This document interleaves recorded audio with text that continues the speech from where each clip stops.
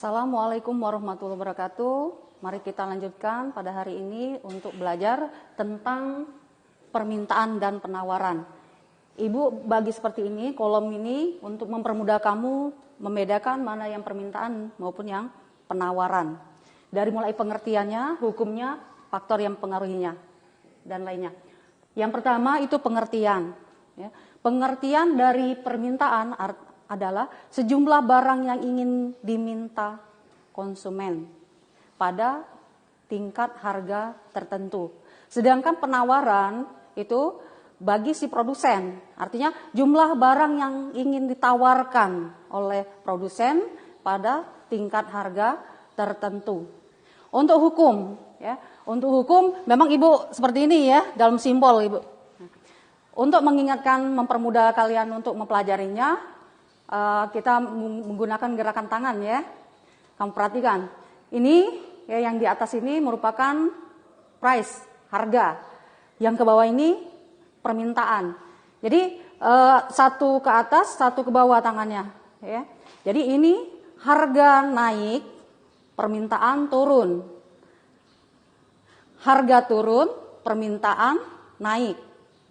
Itu hukum permintaan. Hukum penawaran.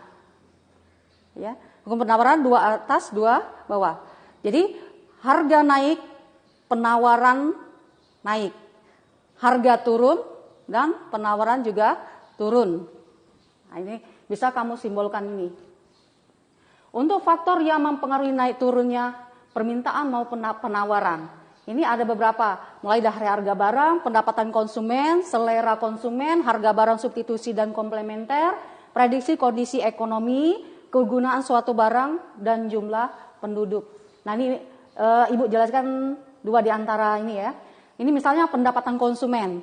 Jadi pendapatan atau gaji seseorang atau penghasilan seseorang tinggi, ya, pendapatannya tinggi, maka permintaan akan terhadap barang dan jasa juga tinggi. Sedangkan jika pendapatan si konsumen tadi rendah, maka permintaan akan barang dan jasa juga rendah. Tuh. Yang kedua, ini yang Ibu jelaskan, jumlah penduduk. Jadi semakin banyak jumlah penduduk, maka permintaan terhadap barang dan jasa semakin meningkat. Begitu juga sebaliknya, jika jumlah penduduk berkurang atau rendah, maka permintaan terhadap barang dan jasa juga rendah. Untuk yang penawaran, itu yang mempengaruhinya biaya produksi. Biaya produksi ini bahan baku, tenaga kerja, itu termasuk biaya produksi. Kemajuan teknologi, jumlah produsen, laba yang diinginkan produsen, kebijakan pajak dan subsidi. Nah Ibu, ini biaya produksi. Jadi ya, semakin tinggi biaya produksi, maka akan penawaran barang dan jasa itu semakin tinggi. Terus biaya produksinya rendah, maka penawaran juga akan rendah. Terus kebijakan pajak. Nah, ini pajak ya, pajak. Jadi kalau pajaknya berkurang, maka penawarannya tinggi. Jika pajaknya rendah, penawaran akan rendah. Next, lanjut tentang kurva. Ini kurva permintaan, kurva demand, di mana ini sumbu X itu key, quantity, jumlah, P itu price, harga. Untuk penawaran, quantity, price, harga, itu kurva penawaran. Untuk pergeseran kurva, nah kurva, jika kurva D, ya, dan setelah kita buatkan kurvanya, itu bergeser ke D1, artinya bergeser ke sebelah kanan. Ya. Maka kita lihat di sini, kecuali harga, kita lihat apa penyebab terjadinya kenaikan permintaan. Kita lihat sini, ini seluruhnya yang ada di poin-poin ini bertambah atau meningkat.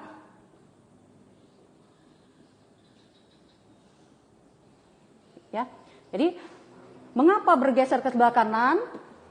Kurva permintaannya, pendapatan konsumen bertambah, selera konsumen bertambah, harga barang substitusi dan komplementer bertambah, prediksi kondisi ekonomi bertambah, kegunaan suatu barang bertambah, jumlah penduduk juga bertambah. Itu yang menyebabkan terjadinya pergeseran kurva permintaan. Nah, akibatnya apa? Dari akibatnya dari penambahan ini, maka jumlah permintaan terhadap barang dan jasa juga akan meningkat. Tuh, jadi arti pergeseran kurva permintaan. Ini bergesernya kurva permintaan ke sebelah kiri, ke kiri. Tadi ke kanan, ini ke kiri. Nah, ke kiri artinya kamu tinggal menurunkan dari positif menjadi negatif. Nah, ini bisa kamu sendiri ya. Ini. Terus untuk penawaran, ya. Penawaran, kurva penawaran bergeser ke sebelah kanan. Apa penyebabnya? Nah, penyebabnya itu biaya produksi berkurang. Kemajuan teknologi bertambah. Jumlah produsen bertambah. Laba yang diinginkan oleh si produsen bertambah. Pajak berkurang. Subsidi bertambah. Nah, ini menyebabkan kurva penawaran bergeser ke sebelah kanan. Apa akibatnya? Maka jumlah penawaran akan meningkat. QS-nya meningkat. Kedua, mengapa adanya pergeseran kurva penawaran bergeser ke sebelah kiri? Apa penyebabnya? Nah, kamu bisa lihat sendiri nak di sini, ya. Kalau dia negatif, kamu ganti positif. Kalau dia positif, kamu ganti negatif. Nah, itu penyebabnya. Apa akibatnya terhadap pergeseran kurva penawaran ini? Bahwa penawaran terhadap barang dan jasa akan turun. Jadi QS akan turun. Tapi diasumsikan seluruhnya nih diasumsikan itu harganya tetap. Seluruhnya baik permintaan maupun penawaran. Ini kita akan bahas selanjutnya. Jenis permintaan ada 3. Efektif, potensial, absolut. Ya.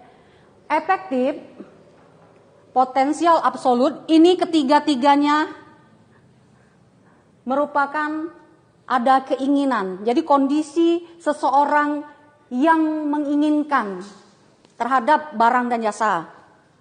Ya. Jadi keinginan terhadap barang dan jasa ketiga-tiganya ini. Yang pertama, yang efektif, ya. Jadi kondisi seseorang memiliki keinginan, ada uang, ya, ada uang, langsung beli barang, efektif. Kalau potensial, jadi kondisi seseorang menginginkan barang, ada uang, tapi tidak membeli. Untuk absolut, ada keinginan, tidak ada uang. Jadi secara otomatis dia tidak akan membeli. Itu saja pembelajaran kita hari ini. Ibu cukupkan kita membaca hamdalah. Ibu tutup dengan wassalamualaikum warahmatullahi wabarakatuh.